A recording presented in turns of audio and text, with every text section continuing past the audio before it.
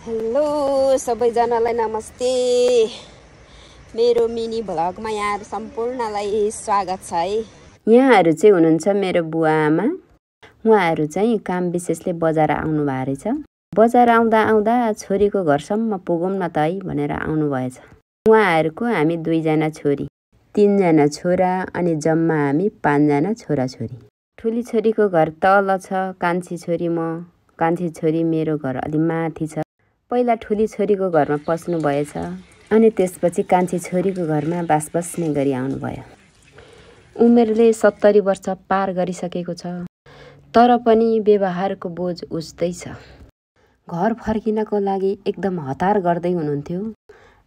कति हतारे हतार, सधैँ हतारे हतार, कहिलेकाहीँ त घुम्न जाम न हौ भनेर मैले यस्तो अनुरोध गरेको मानि पनि हाल्नुभयो। अनि छोटो मिठो यात्रा तय गर्यौं हामीले चतरा पुलसम्म पुगेर फर्किने भनेर। घुमाउन हिँडेको आमा बुवालाई कठैनी आमाको भिजन गाडीमा। आमा रमाइलो लाग्छ? रमाइलो लागेछ? लागेको छैन? रमाइलो लागेको छ। हो र? रमाइलो लाग्छ, राम्रो लागेछ। हेर्नु सबै। हो र? ओ त्यता पहिरो पनि गएको रहेछ, पुर्छ भनेर डर पनि लागेछ। के गर्नु, बोटिङ गर्नुलाई पनि कोसी यस्तो धमिलो रहेछ पानी।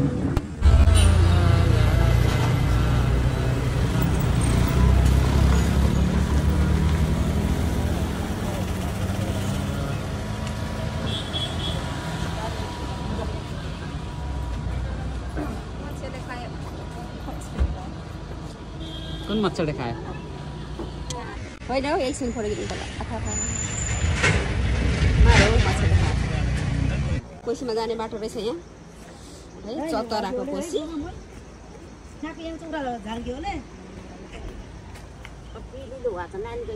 योले वाकी आउँदै हुनुहुन्छ आमा बुवा पनि।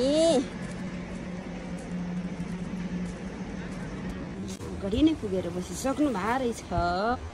माथि पुल छ, तल कोसी छ, कोसीमा हामी बसिन्छौँ। हजुर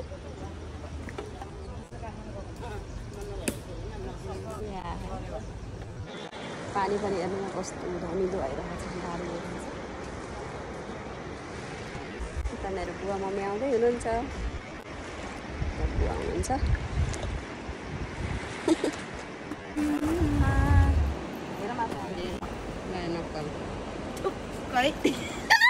टिमा पर्छ चप्पल दुखा कहिले जान्छ अब के भन्नु। पानी नलगाउने चप्पल अरे पानी पस्यारे कोसीको